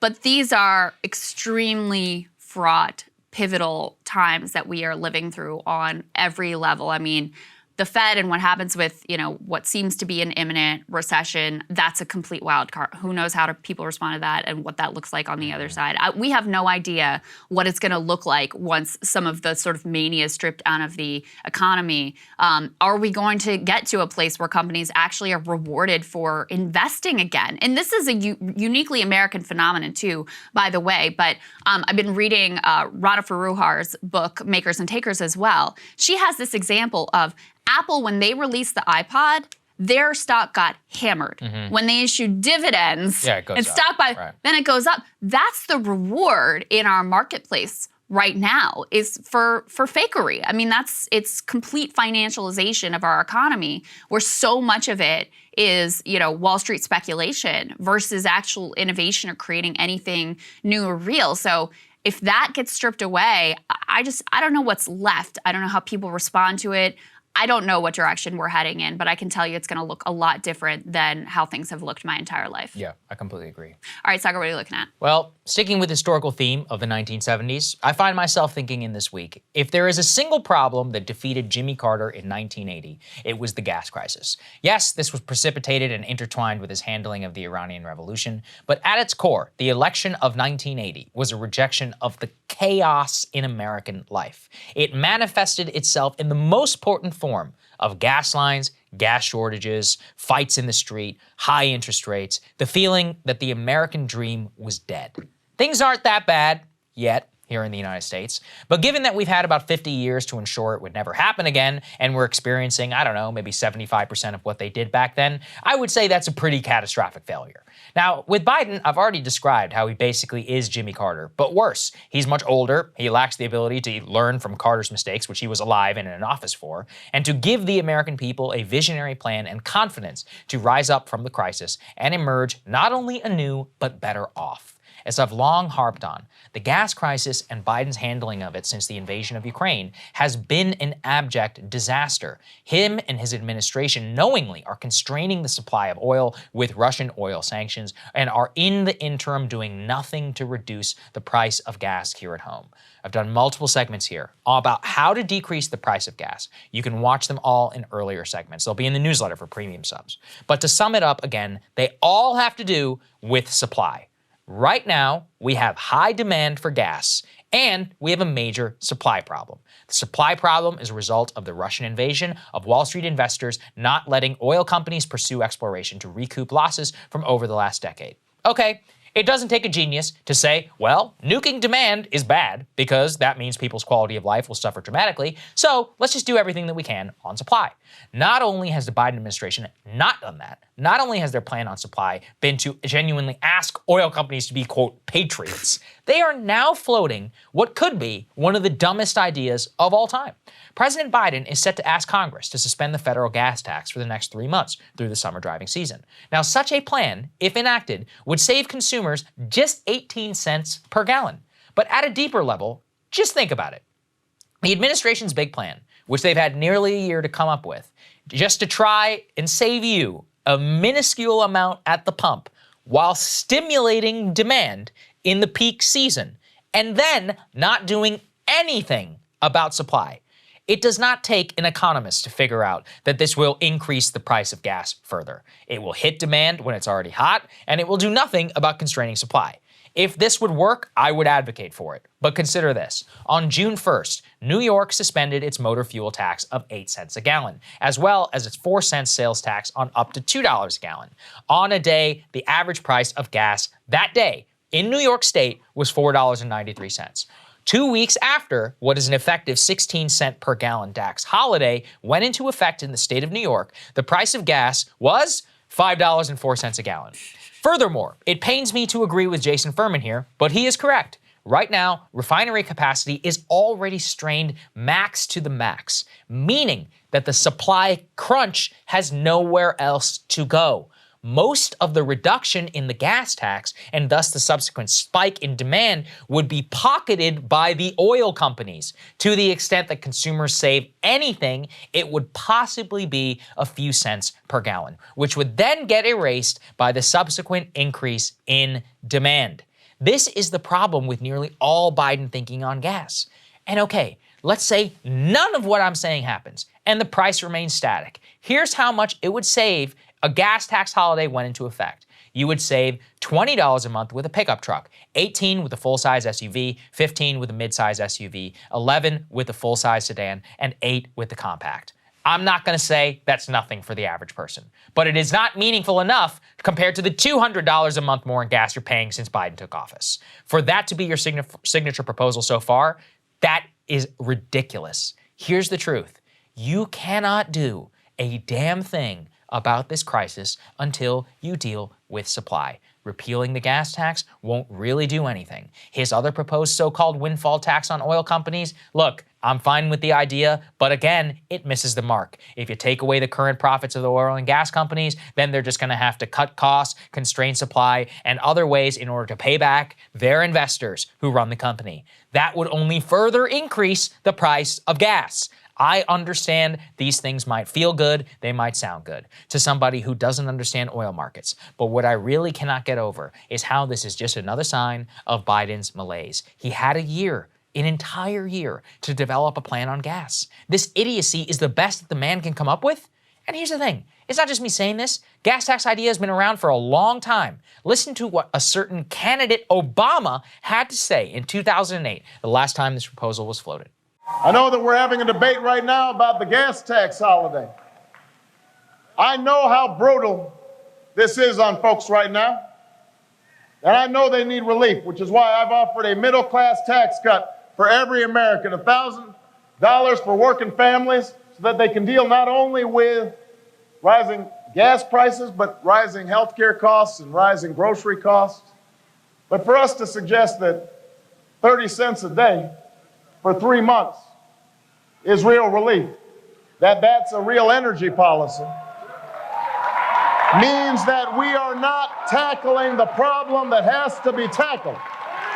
We are offering gimmicks. He was right. He was right then. The fact that all Biden has left in his arsenal is political gimmicks, per Obama, is incredibly telling. I wish it was as easy as repealing the gas tax or an oil company windfall profit tax. It's not. It's actually very complicated. Somebody said once that the reason we elect presidents is because by the time a decision hits their desk, it doesn't have an easy answer. If it did, somebody below the chain of command would have answered it already. By definition, those problems which hit the desk of the president are ones which require thinking and ingenuity.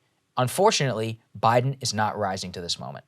Like Jimmy Carter, it is only downhill from here. The only bad news is that when he goes downhill, so do all of us. And yeah, look, I mean, we're about to talk to Skanda Amarnath about even more so the idiocy of this idea. But, you know, the point that he's been making, and I reiterated there, is all you're doing is giving more money to the oil company. Yep. So, you know, congratulations, which you say that you also don't want to be making more. And then... But he asked them to be patriots, Saagar. Right.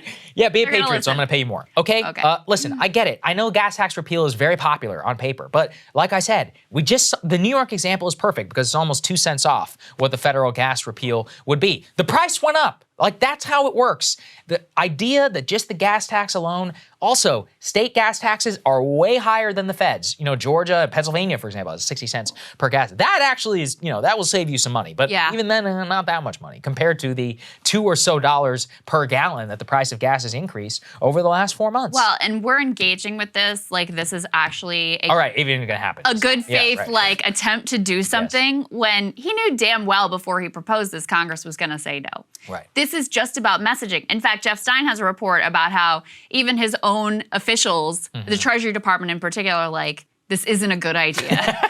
Actually, they say they, quote, expressed concerns to the White House. This is not the optimal strategy to tackle inflation, and the political benefits are likely to be quite limited. Yep. So they're hoping, because I think it is a popular policy, because you think on its face, like, oh, gas tax holiday, that sounds great. Pay a little less at the pump. You're doing something for me. That's the case that pollster Celinda Lake was making.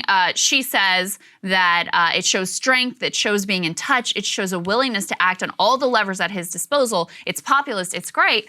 I would just submit that the problem for Democrats is not a messaging problem, it is a reality problem. And if you are offering fake solutions that even if they were implemented are not gonna work and aren't gonna be implemented anyway, you're not dealing with the massive political issues that you have. And more importantly, you are certainly not dealing with the massive real world economic issues that American consumers have. No, 100%. That's so correct. Okay, we've got Skanda Amarnath to come back to the show. The mainstream media's woken up to his plan. Breaking Points was first, as usual. So let's get to some of his analysis. Joining us now, Skanda Amarnath. He's welcoming back to the show. He's the executive director of Employ America. It's great to see you, man. Thanks for coming back. Thanks for having me. It's great to be here. Absolutely. So we talked to you 3 months ago about your plan in order to reduce the price of gas. Mainstream media appears to be catching up to this in light of Biden's decision to try and push a gas tax holiday. You spoke recently to Politico. Let's throw that tear sheet up there on the screen, the break the glass moment on inflation. So Skanda, I just borrowed heavily from your analysis and your work, but let's just give people who are checking in the case against a gas tax holiday and what some better options are that you've laid out here already. Yeah. So the case against the gas tax holiday has to do with the fact we have a real shortage of gasoline, crude oil, and you can see this in the inventory data. Inventories are low. And so we have a real shortage, and we're going to reduce the gasoline tax, which is, all things equal, a net subsidy for consumption. Right? So we're trying to consume more when something is scarce. How is that going to work? How is that going to actually lead to addressing the underlying shortage? And if you're not addressing the underlying shortage, how is that actually going to lead to lower prices over time? Especially in a sort of category of consumption that's pretty inelastic. It's not easy to sort of scale up demand or supply. So this is if anything, it's a cross subsidy of oil and gas companies in a way, but it's really inefficient. And I would say there are much more efficient ways to address the underlying shortage. And what do you think will be the net economic effect of Biden asking the oil and gas companies to be patriots? That's a joke. It will be nothing. Yeah. The real question is, some states have tried this. They've tried the gas tax holiday. I understand the political appeal because you can sort of signal to people, this is popular, you can signal to people, I'm doing something, I'm doing everything I can. What has been the benefit in the states that have tried it, or has there been a benefit to consumers at all? I think for some frictional reasons, you can get a few cents on the dollar.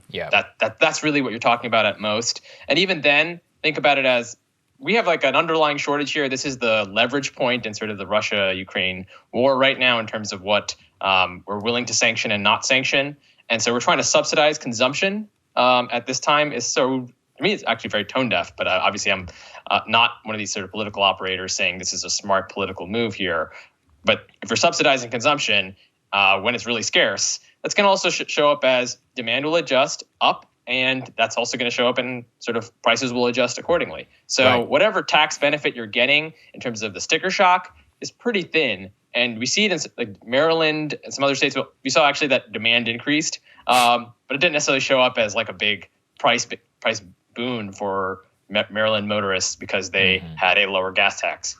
Right, exactly. So I think this is very important, again, to just underscore to everybody who's listening, who might say, hey, that sounds like a good idea. Okay, so let's talk about what actually is a good idea. You've laid it out here in the show on the past. Again, it is getting some pickup. So how exactly could the Biden administration significantly lower the price of gas by addressing the scarcity supply problem that we face? You've identified some executive actions which are totally within his legal authority. Lay out the case again.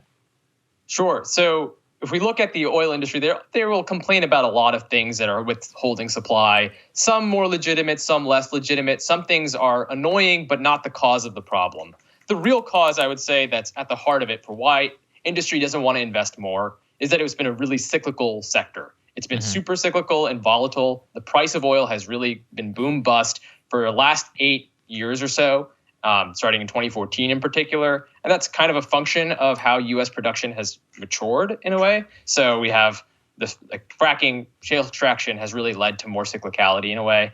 That has led a lot of operators to be especially burned by that cyclicality. Why should I invest right now if I might get burned in 12 months, 18 months by market dynamics? That has led to a reluctance to invest. And that's precisely where the Biden administration could be doing two things that would be especially helpful for providing that kind of sort of insurance and let's call it financing certainty. That would be very helpful. So they could be doing things to use the SPR, refill the SPR in a crash. And you can do that by selling insurance to the industry so that if you raise your investment, we'll also be there to catch you if prices fall sufficiently.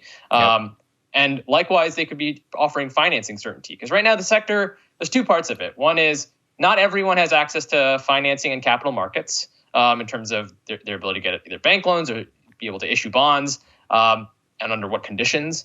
So that's not totally, Exxon's not the same as some of the smaller exploration production companies. But likewise, like if you're trying to change the willingness to invest, you do need to think about why these firms may be less than willing right now. So there's a famous sort of CEO, Scott Sheffield, who talked about even if oil prices go to $200 from the current $100 level, I wouldn't invest anymore because my shareholders demand I stick to the plan, stick to the investment plan, stick to the production plan, which I kind of understand because if you look at their profitability over the last 8 years, it was not very good. So they're trying to be really disciplined about not over-investing. But socially, we need more investment if we're going to solve the supply side of this problem, at least, especially given the sort of lurking risks around Russia and when Russian production could really collapse seriously, which I'd say we haven't seen just yet, but it still lurks and everyone is sort of worried and concerned about that risk. How much has the war, Russia's war in Ukraine, how much has that driven, and notably our response to it as well, domestically by banning Russian oil, how much has that driven the increase in price, do you think?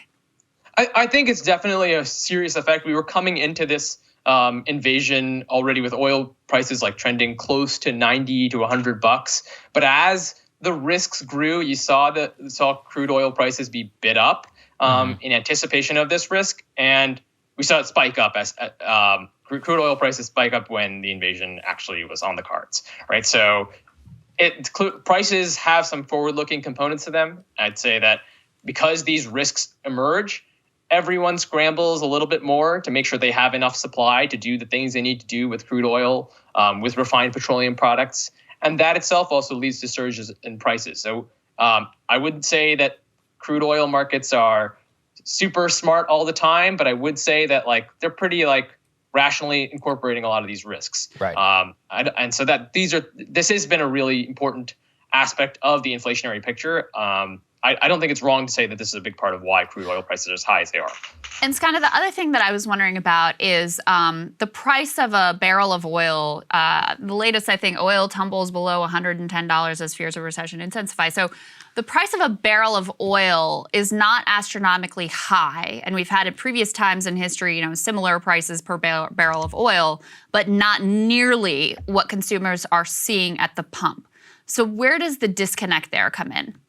Look, Russia is also really important for refining capacity globally, right? So we were in a situation where we were whittling down U.S. refining capacity. Refineries typically don't make money in a given year or don't earn a great return. It's pretty tiny at best. It's not a great business to be in most years. It's really only in like the sort of 1 or 2 years in a sort of a longer period when you'll make all of your money back. So U.S. refiners were generally trying to wind down their capacity. If you looked at the global picture, there are a lot of countries in maybe sort of 3 to 4 years from now that were going to be building refineries. And so we had this period of time when like the picture was pretty fragile and Russia coming offline, and China's also doing some things to kind of cramp their own refining capacity down somewhat tactically. And that has all contributed to there's a scarcity of refining capacity. And so that means refiners' margins for refining crude oil into petroleum products is going to go up. This is still a market. There are still a lot of needs for refined petroleum products. Obviously, gasoline, diesel, jet fuel, then your like petrochemical products. And so that's been the other scarcity issue.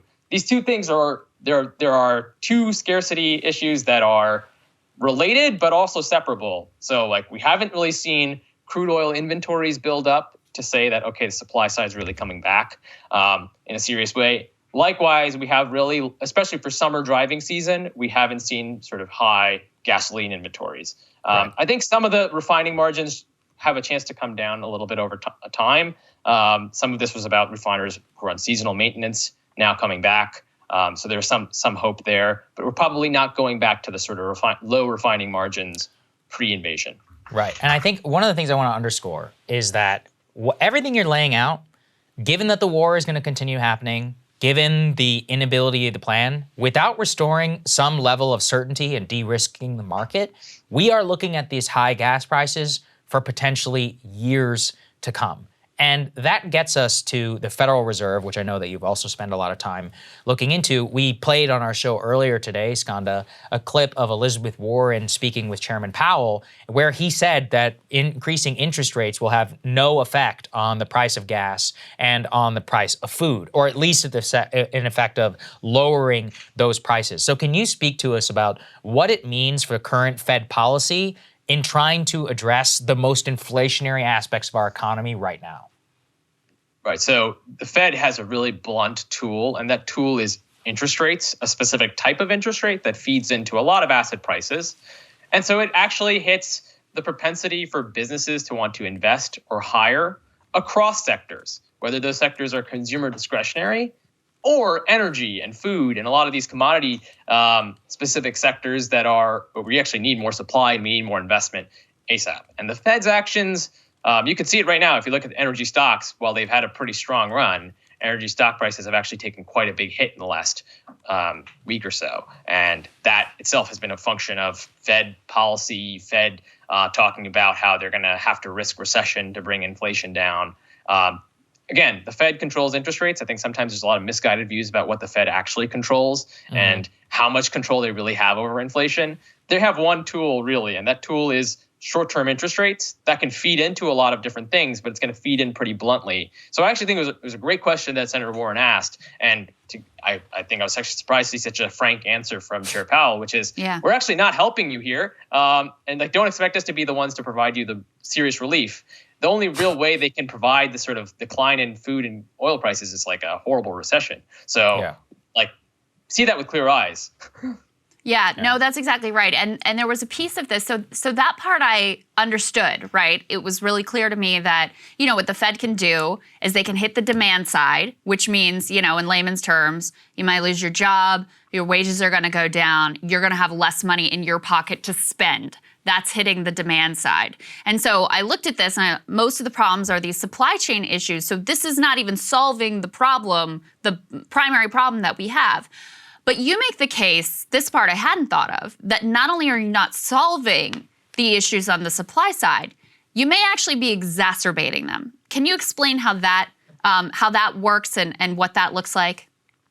That's precisely right, that actually Fed actions don't just hurt the demand side, they hurt the supply side because they're hurting your willingness to invest, and you're inciting a lot more risk aversion about investment and capital planning. So if you think supply is a function of what you invested in and how are you going to get future supply online will require investment. It's true in housing, it's true in oil and gas, it's true in automobiles, it's true in clean energy as well. Like ultimately, my confidence that demand is going to be there in the future, that my financing costs and my future returns are actually going to check out.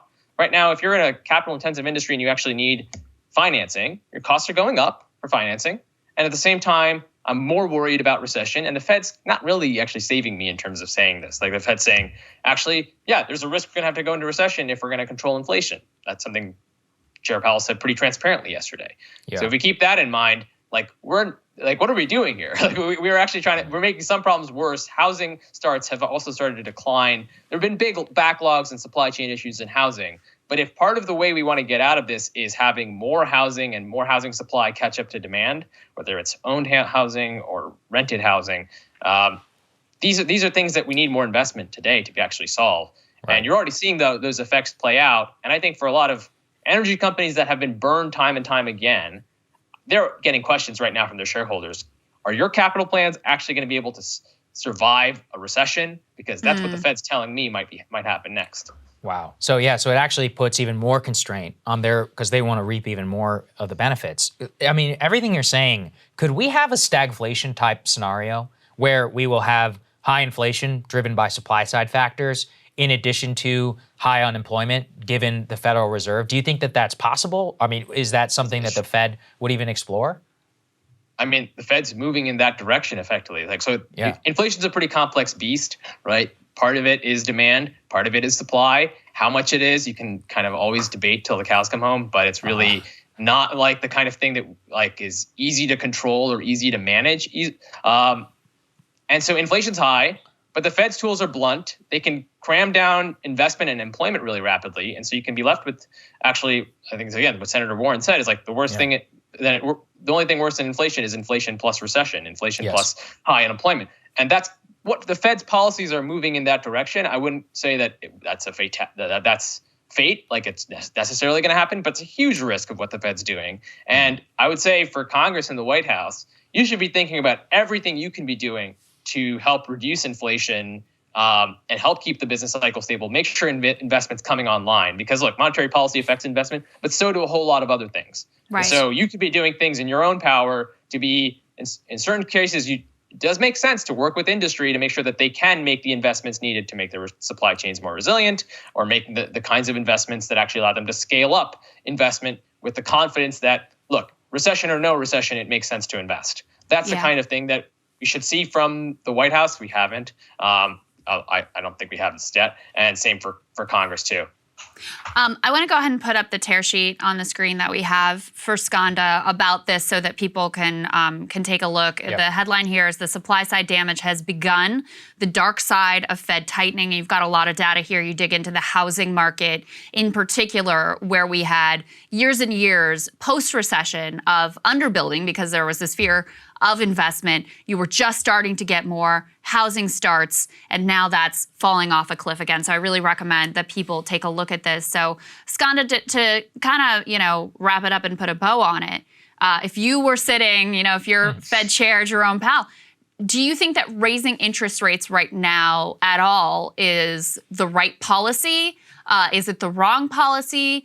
Does it depend on what Congress is doing also? How would you look at this? Yeah, so I think he's in a tough spot because he's been tasked by Congress to manage inflation and employment, but his tools are pretty oblique, in some ways can actually do some more harm. I think that there's a decent case for some interest rate normalization, adjustment, but especially given how strong the economy has been over the last 12 to 18 months. But at the same time, I would be very clear with Congress about, and I think to be fair, he actually was with Senator Warren's question, which is, yes, your policies don't have a lot of effect on a lot of the most salient and important price increases at play, and urging Congress and the White House to really get their hands on top of this. I think there's been a delegation to a fault from the administration to say, inflation's the Fed's problem. We'll do some things at the margin here and there, but we're not actually going to try and wrap our heads around, like, how do we make sure investment is actually moving in the directions we want it to, and how do we actually solve these sort of supply side problems? Or even if you want to solve demand, try to solve demand. Like, if you want to actually try to manage demand in certain areas, try to do it in ways that don't hurt supply. Like, that's actually something that, like, first do no harm. So I think it's a little bit of an impossible task that's kind of being placed on the Fed's hands. I'm not sure the Fed hiking by 75 basis points haphazardly is leading to more confidence. So I think that aspect of things, the Fed is really open for criticism, because they're actually breeding a lot more uncertainty and risk aversion within the private sector, for households and businesses alike. Yeah, well said. Everybody go check out Skanda's piece, Twitter feed, all of that. Great guy, very smart, and obviously on the cutting edge. So we really appreciate you joining us. Thank you, sir. Thanks, Skanda. Thank you. Absolutely.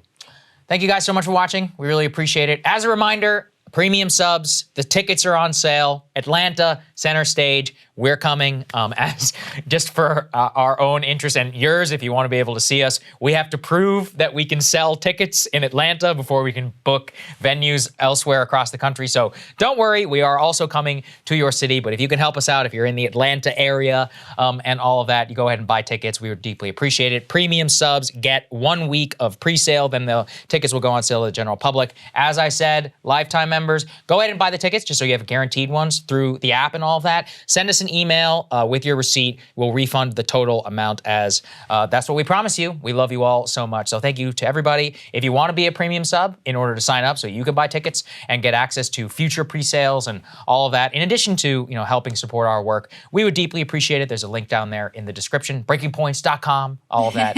Deeply appreciate all of you, and we will see you all next week. Great partner content for you all over the weekend. Indeed. Have a great weekend, y'all, and we'll see you back here next week.